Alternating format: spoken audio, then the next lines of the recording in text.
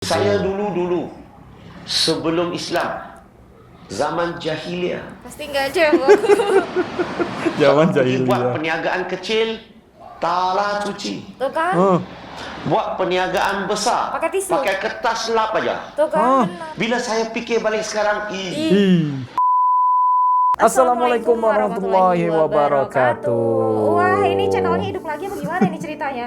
Oke teman-teman, intinya saya mau kembali lagi ini Aktif mau bikin video di YouTube lagi ya. Karena kemarin Kenapa cukup lama vakum karena benar-benar apa ya, fokus untuk menyelesaikan tugas akhir. Ini alhamdulillah udah beres semuanya, tinggal nunggu buat wisuda. Jadi alhamdulillah bulan depan tanggal 11 ya itu wisuda di Jakarta. Ya doakan semoga semuanya lancar dan Amin. ilmu yang didapat selama ini bisa bermanfaat. Ya, Amin. itu sebenarnya ya. Jadi Yaudah. ini ya, maskernya udah selesai. Jadi sekarang bisa bikin video lagi. Karena pas aku bikin video juga gitu ya, banyak yang tanyain, "Kak, abang mana? Wah, Iya. kataku ini. Karena memang tugas akhir itu berat banget teman-teman. Jadi sampai benar-benar finish, sampai revisi segala macam, nyari dosen segala macam itu wah itu berat banget sih. Terus ada lagi yang tanya sekalian Apa dijawab, kapan kita mau ke Malaysianya, katanya gitu. Ke Malaysia. Jadi Insya Allah.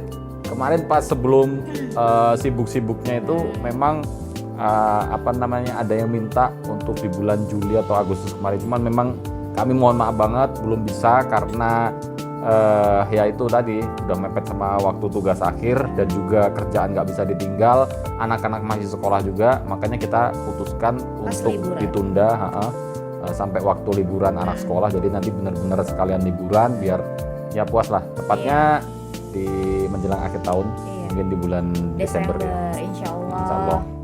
Karena paspor udah ready semua dari Iya. jauh-jauh hari kemarin kan. Iya, udah ready semua kita. Ya udah. Yep. Ini untuk pembukaan.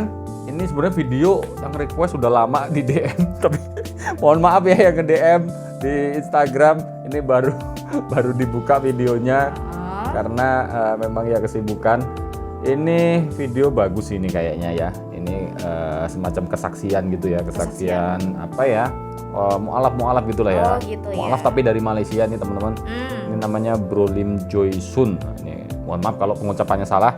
Ini yang saya baca aja ya. Ini judulnya Islam itu mudah. Seperti apa? Langsung kita simak ya. 1, 2, 3. Oke. baru-baru ni ada orang tanya saya tentang soalan ini. Dia tanya non-Muslim lah. Dia kata, macam mana saya boleh pilih Islam? Islam ni agama yang begitu susah sekali. Penuh dengan pantang larang. Penuh dengan perkara-perkara yang wajib, yang haram dan sebagainya. Dia tanya saya, kamu tak rasa susah ke? Kalau orang tanya kita, kamu jawab apa? Islam mudah ke susah? Jawabnya apa? Apa yuk? Satu saja orang kata mudah, lain-lain semua. Susah. Saya ulang sekali, saya tanya sekali lagi. Kalau tak jawab maksudnya susah. Kita tes sekali lagi. Islam mudah ke susah? Oh, itu macam. Inilah cara paksa orang jawab.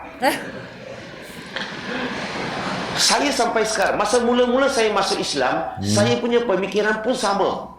Saya lihat Islam susah. Tapi bila tanya orang Islam, semua kata mudah. Mudah. Tapi otak saya masih lagi tak boleh faham mudah kat mana. Sama juga dengan orang bukan Islam sekarang. Mereka lihat Islam tu susah. Dan bila tanya orang Islam, Islam mudah ke susah? Mudah. Betul ke mudah? Mudah. Sebenarnya bila orang tanya kita, Islam mudah ke susah? Sepatutnya bukan jawab dulu. Sepatutnya tanya dia balik. You tanya saya ke? Atau tanya agama Islam? Kalau tanya agama Islam, Islam agama paling mudah. Kenapa? Sebab Islam datang daripada Allah Subhanahu Wa Taala, pencipta yang mencipta seluruh alam ini. Betul? Islam tu mudah sebab Islam agama fitrah. Dia tidak bercanggah dengan fitrah manusia. Dia termasuk isu gaib.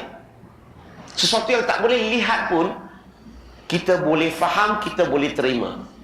Sebab dia tidak bercanggah dengan fitrah. Islam mudah sebab Islam mengajar kita. Islam bagi panduan bimbingan. Panduan bimbingan keseluruhan. Contohnya apa? Islam menceritakan tentang isu muamalat secara detail. Faham tak isu muamalat? Segala urusan seharian yang kita buat, Islam bagi tak panduan bimbingan? Ya. Bagi ke tak bagi? Termasuk kita masuk tandas. Tahu masuk tandas? Ya. Bila kita buat Toilet. perniagaan. Faham ke? Buat perniagaan dalam tandas. Ada yang besar, ada yang kecil. Dalam Islam, apa syaratnya? Bila kita dah masuk, kita buat perniagaan, syaratnya sebelum kita keluar, kita kena basuh bersih dulu. Betul ke tak betul? Betul. Islam ajar kita kebersihan. Islam ajar hygiene. Kena basuh, bersih baru keluar. Setuju tak ni? Setuju. Saya dulu sebelum Islam, zaman jahiliah, Pasti nggak cebok. Zaman buat jahiliyah. perniagaan kecil, tak cuci. Tuh kan? Buat perniagaan besar, Pakai tisu. pakai kertas lap aja. Tuh kan? Benar. Bila saya fikir balik sekarang, Ih. nasib baik saya jumpa Islam. Iya, Dia alhamdulillah. ajar saya, walaupun perkara nampak kecil, tetapi dia ajar tentang kepentingan kebersihan. Perkara kecil. Islam ajar kita adab. Kalau pergi rumah orang, apa kita buat? Masuk terus. Bukan? Salam. Islam suruh kita bagi Salam. dulu. Bagi salam kali pertama orang tak jawab, kita bagi kali kedua. Kali kedua tak jawab, kita bagi salam kali ketiga. Kalau 3 kali bagi salam dia tak jawab, adab kita buat apa? Pulang. Masuk terus. Tak ada. Pulang Kita lah. balik kan? Betul? Tuh. Balik. Tapi kadang-kadang orang kata, tak. Aku nampak tengok ada orang bergerak ni. Ha. Isunya bukan ada orang ke tak ada orang. Dijawab nggak? Isunya bila bagi salam 3 kali, orang tak jawab, kita pulang. Balik. Itu Kenapa? adabnya. Walaupun ada orang, tetapi keadaan mereka tidak bersedia nak menjemput tetamu masuk ke dalam rumah. Mungkin ada masalah dalam keluarga. Sebab itulah adab Islam ajar kita pulang. Betul ke tak betul? Betul. So Islam mudah sebab isu muamalah ni tak ada masa nak terangkan semua. Islam bagi panduan bimbingan tentang semua isu-isu tentang muamalat. Dan Islam satu-satunya agama bila terangkan tentang akidah dan ibadah secara menyeluruh. Secara menyeluruh. Macam mana nak mengenali Tuhan? Agama lain ajar tak mengenali Tuhan? Macam mana nak bezakan Tuhan dan ciptaan? Agama lain ajar. Kalau ajar, mereka tak akan syirik. Sebab tu agama tidak ajar. Agama hanya suruh mereka menyembah dan buat baik. Islam mula-mula kena kenal Tuhan dulu. Kena boleh bezakan Tuhan dan ciptaan. Barulah la ilaha illallah.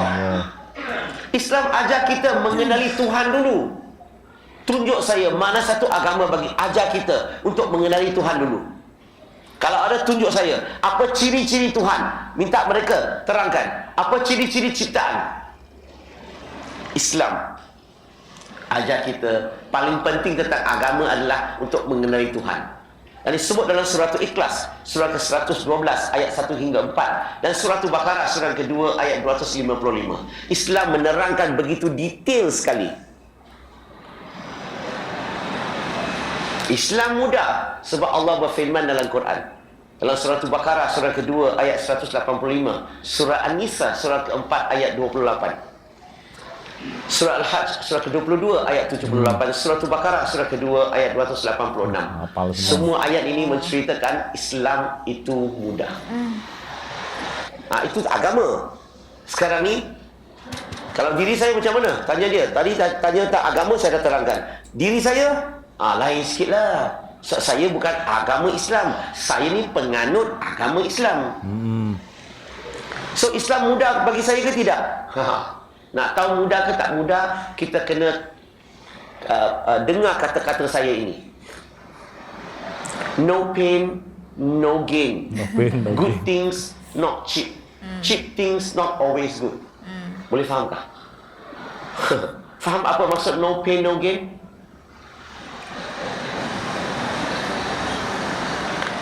Kalau bagi diri saya, bagi mana-mana penganut Islam, bukan penganut Islam je, mana-mana satu agama, mana-mana satu penganut dalam apa-apa agama, kalau nak berjaya, harus dia perlu tak melalui korban. proses susah dulu.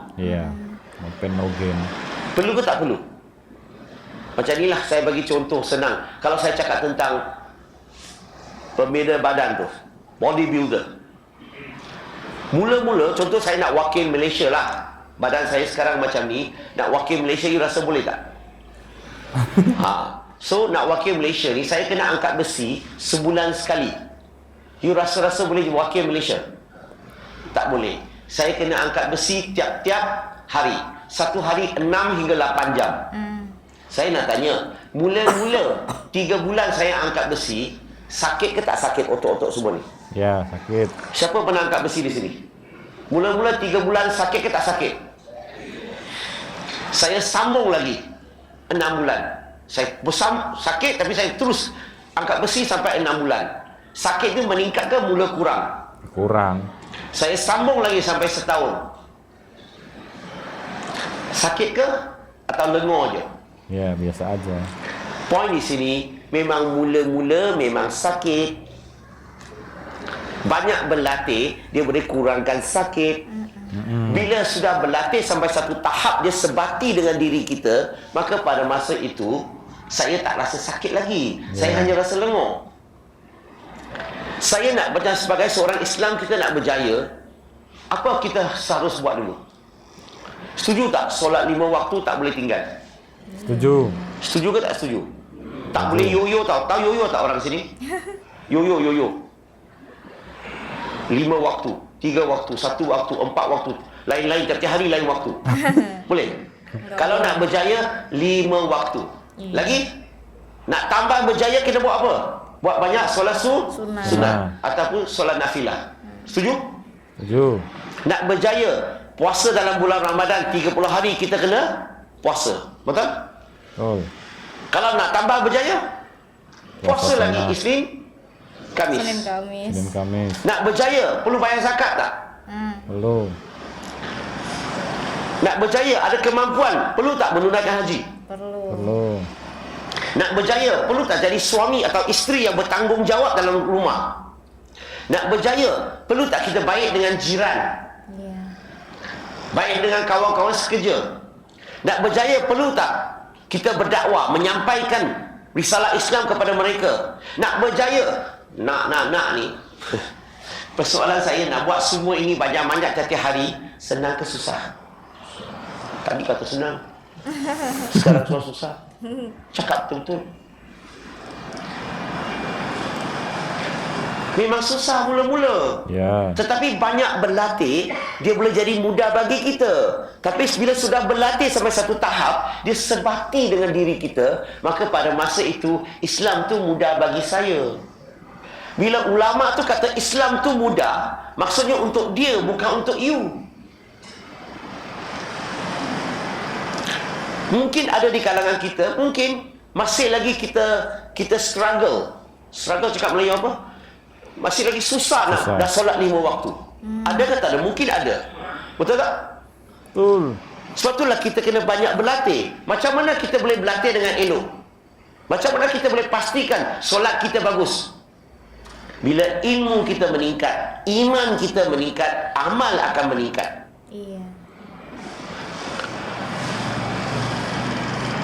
So bila sudah berlatih sampai satu tahap, dia sebati dengan diri kita, Islam tu mudah bagi saya. So nak berjaya bukan tak buat apa-apa. Mana ada agama nak berjaya tak buat apa-apa? Perlu banyak beramal, betul? Tapi sekarang persoalan sekarang, orang bukan Islam, dia rasa Islam tu susah. Dia rasa Islam banyak pantang larang. Macam mana kita nak terangkan? Macam mana kita nak terangkan jelas kepada mereka, pantang larang ni tidak susah. Mereka punya otak ingat tahu banyak makanan tak boleh makan. Dia punya otak. Padahal dalam Islam, yang haram sikit saja. yang halal berjuta-juta. Iya. Apa yang diharamkan oleh Allah Subhanahu wa taala dalam Quran? Babi lah. Lagi Hammer. darah. bangkai. Lagi bangkai. Setuju tak ni? Ya. Udah itu aja. Banyak sangat ke? Yang halal berjuta-juta. Iya. Melainkan Allah mengharamkan berjuta-juta, hanya menghalalkan beberapa jenis makanan, nasi lemak, roti canai, asam pedas. Kalau hari-hari kita kena ulang makan makanan yang sama, itu susah. Sekarang Allah halalkan berjuta-juta makanan. Iya. Susah kat mana? Kalau kita tulis juta, tolak 3, tinggal berapa? Masih juta. Yang tak boleh minum apa? Kamar. Ya, arak. Sesuatu yang boleh memabukkan, betul? Iya. Yang tak boleh makan, tak boleh minum. Yang boleh minum berjuta-juta. Saya tak ada masa nak bagi contoh. Berjuta-juta. Dan kalau kita faham hikmahnya kenapa Allah haramkan beberapa perkara itu, haramkan minuman tu, kalau kita faham hikmahnya, kita akan bersyukur. Kenapa? Sebab Allah tahu semua perkara ini tidak elok untuk kita. Benar. Sekarang susah kat mana? Yang sebenarnya bukan Islam rasa Islam tu susah. Tahu kenapa? Dia rasa Islam tu susah sebab yang utama adalah mereka tidak mengamalkan agama, tidak mengikut ajaran agama dia. Kalau mereka amalkan agama dia, kita amalkan agama Islam, kita banding, dia akan kata Islam paling mudah. Kau nak kata mudah ke susah, kena banding lah. Tak banding mana tahu mana satu mudah, mana satu susah. Masalah mereka tak ikut ajaran agama. Agama Buddha ada 227 preset. Presetnya macam undang-undang lah. Tak boleh curi, tak boleh tipu, tak boleh menyalahgunakan seks, tak boleh membunuh. Okey? Tak boleh macam tak boleh duduk tempat tinggi. Makan kena ikut masa yang tertentu, tak boleh dengar lagu, tak boleh karaoke, tak boleh pakai emas. Macam-macam tak boleh. Bayangkan kalau orang Cina yang beragama Buddha amalkan ikut preset 227, you rasa-rasalah. Dia rasa agama dia senang ke susah sekarang? Susah. Dan kalau dia banding dengan Islam, dia akan lihat Islam mudah. Boleh faham ni? Orang Kristian, kalau ikut agama Kristian, dia mempunyai laws, commandment 613. 613 undang-undang. Kalau orang Kristian amalkan undang-undang dalam kitab itu tersebut, dia akan lihat Islam itu mudah. Sebab agamanya penuh dengan undang-undang. Masalahnya mereka lihat Islam susah sebab mereka tak amalkan, tak ikut ajaran agama dia. Maka seolah-olah agama dia semuanya boleh. Itu tidak benar. So kalau mereka amalkan ikut agama dia, dia akan rasa Islam tu mudah. Ya udah selesai. Intinya tapi dapat ya, bagus ya. Jadi Mualaf nih kalau bikin kajian, bikin ceramah bagus loh. Kalau saya memang suka kalau mualaf tuh yang benar-benar udah masuk Islam, dia kafah lah istilahnya, maksudnya belajar Islamnya tuh total gitu loh. Jadi dia paham bener. Kalau di Indonesia tuh contoh kayak Ustadz Felix Shaw gitu. Terus kebetulan ada temen juga di sini kan yang ada channel YouTube-nya waktu itu saya simak tuh. Jadi dia masuk Islam itu bener-bener ini juga total gitu loh. Padahal keluarganya, ibunya tuh masih non Muslim dan dia masuk Islam, tapi kayaknya tuh apa ya, setiap nunggu sholat tuh kayaknya seneng, bahagia banget nunggu sholatnya. Rata-rata yang Chinese yang kayak gitu ya? Iya, enggak juga sih. Enggak juga, ada juga yang lain ya?